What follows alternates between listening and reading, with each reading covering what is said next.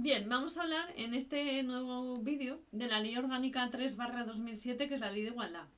Para hablar de la Ley de Igualdad vamos a aprendernos de memoria lo más importante de cara al examen que tiene, pues por ejemplo, ADIF. Por ejemplo, tenemos el examen de AGE ahora en diciembre. Tenemos el examen de la Seguridad Social en noviembre, que es igual que el de ADIF, ¿de acuerdo? El de todo en el 2024 y luego todos los que tienen las diputaciones o ayuntamientos que serán en el 2025. Bien, pues vamos a ver cuál es la estructura de la Ley de Igualdad. La Ley de Igualdad está compuesta por 8 títulos, 31 disposiciones adicionales, 12 disposiciones transitorias, una disposición derogatoria y luego 8 disposiciones finales. Repito, serían números 8, 31, 12, 1 y 8. 8 títulos, ¿vale? Y 8 disposiciones finales. 31 disposiciones adicionales y 12 disposiciones aleatorias. 8, 8, 31, 12 y 1. ¿Bien?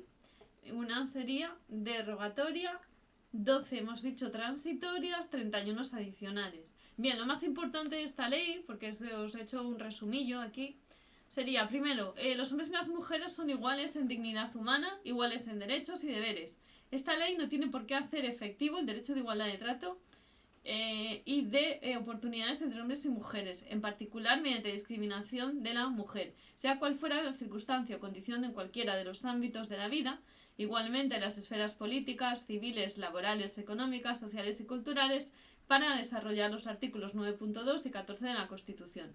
El fin de esta ley es alcanzar una sociedad más democrática, más justa y más solidaria. A estos efectos se establecen los principios de actuación de los poderes públicos. Estos principios regulan los deberes de las personas físicas y jurídicas tanto en el ámbito público como en el ámbito privado, y además prevé medidas destinadas a eliminar y corregir sentidos públicos y privados en toda discriminación por razón de sexo. Si seguimos hablando y avanzando, los títulos o los ámbitos de aplicación de esta ley serían las personas que gozaran de un principio de igualdad de trato y la prohibición de discriminación por razón de sexo. Las obligaciones que establece esta ley, además, en el ámbito tanto de la persona física como jurídica, o actúen en el territorio español, cualquiera de fuese, tanto su nacionalidad como su domicilio, bien su residencia. Esto sería el artículo 2, que es el ámbito de aplicación dentro del Estado de España. ¿Vale? El objeto de esta ley pues es hacer una sociedad más democrática, justa y solidaria, ¿vale? DJS, democrática, justa y solidaria, ¿bien? Seguimos. Los principios de igualdad efectiva. El artículo 3, el principio de igualdad de trato entre hombres y mujeres, que supone la ausencia de toda discriminación, tanto directa como indirecta, por razón de sexo, derivadas tanto de maternidad, familia o estado civil. El artículo 4 nos habla de la integración de la igualdad en interpretación y aplicación de estas normas como principio formador de ordenamiento jurídico, donde se integran y se observan en la interpretación de cada norma jurídica. El artículo 5 nos habla de la igualdad de trato, es decir, las oportunidades que tienen el acceso al empleo, a la formación y a la promoción, en este caso, de profesionales y sus condiciones de trabajo.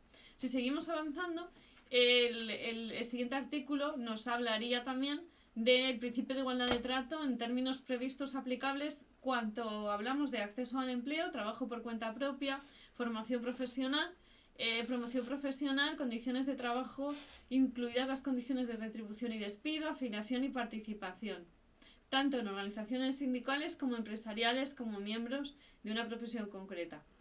No forma una discriminación en acceso al empleo, incluida la formación necesaria. Además, la diferencia de trato basada en las características de sexo cuando a la naturaleza de actividades profesionales se le conlleve a cabo una característica determinante de este requisito promocionado. Discriminación de zona directa o indirecta por razón de sexo que se encuentre una persona que sea menos favorable en una circunstancia a otra comparable. Además, también nos hablamos que es una discriminación de sexo cuando en una disposición o criterio aparecen neutros y pone a una persona en desventaja práctica que puede justificarse ante una finalidad legítima de los medios para que además estos sean adecuados en cualquier caso a dictar un orden, discriminar de forma directa o indirecta o bien por razón de sexo. Bien, el acoso sexual y el acoso por razón de sexo, el artículo número 7. Sin perjuicio del Código Penal, los efectos de la ley además forman un acoso sexual con cualquier comportamiento, tanto si es verbal o físico, de naturaleza sexual. Además, este comportamiento que tenga como propósito el efecto de atentar con la dignidad de una persona y en particular cuando se cree un entorno intimidatorio, degradante o ofensivo.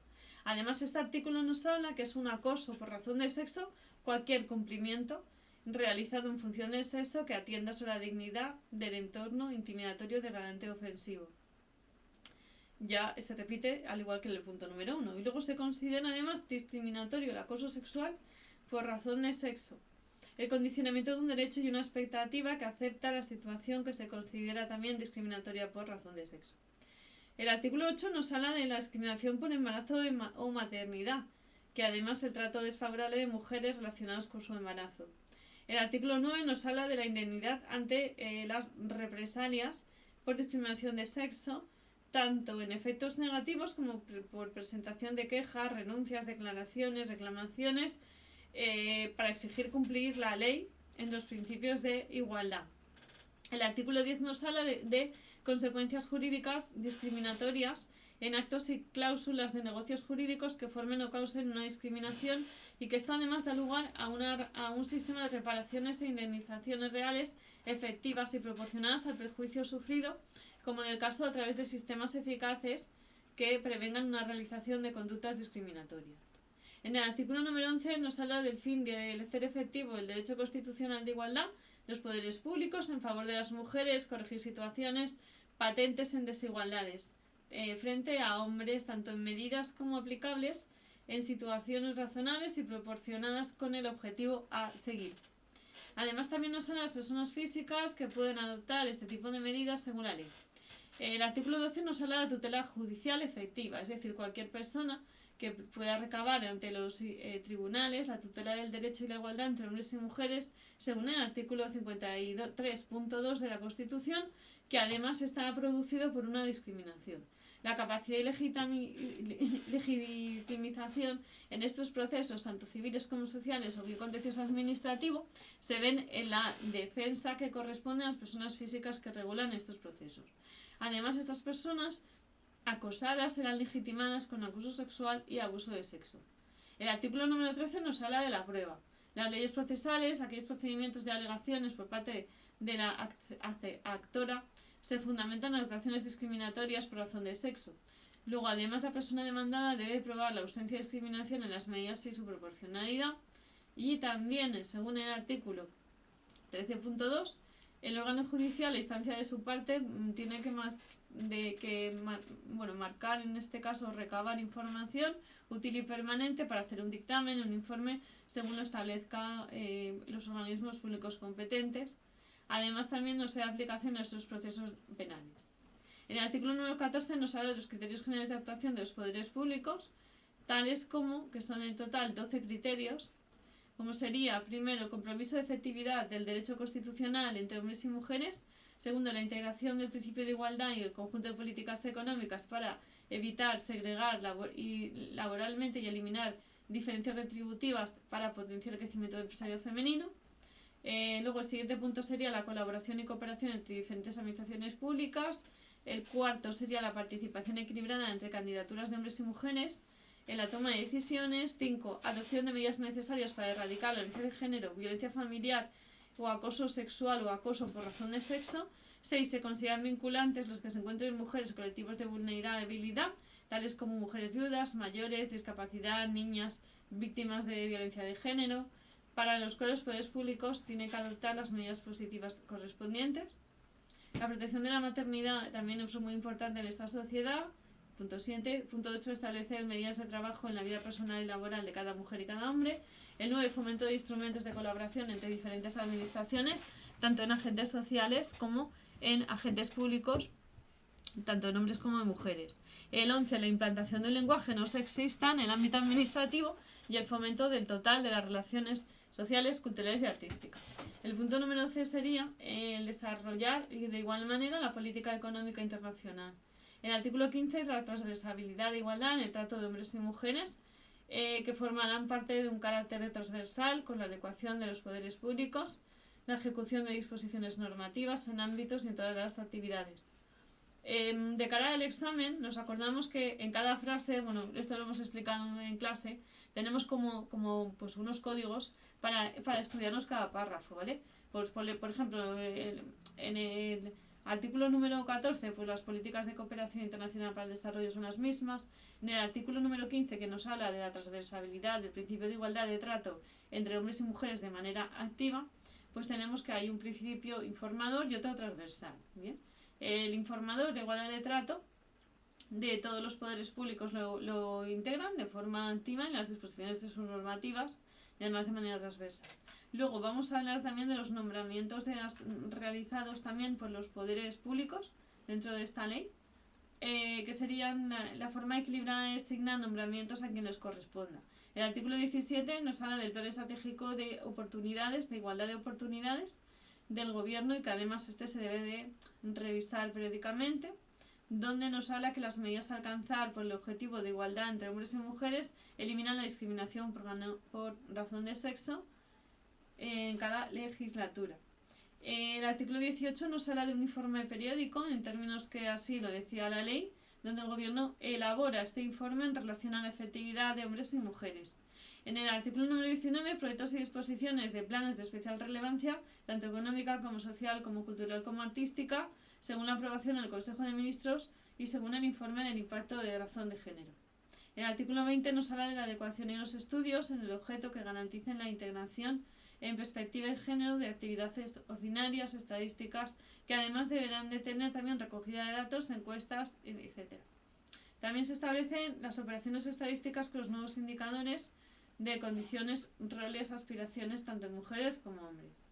En el siguiente apartado de la misma ley, artículo 20, nos habla de diseñar e introducir valores y mecanismos necesarios para conocer las incidencias de la intervención, realizar muestras amplias entre hombres y mujeres para determinar la valoración de variable de sexo, realizar estadísticas también para evitar estereotipos negativos en colectivos de mujeres, aprobar los órganos competentes, etcétera, ¿no? Y diseñar e introducir indicadores y mecanismos para concurrencia generadora de situaciones múltiples.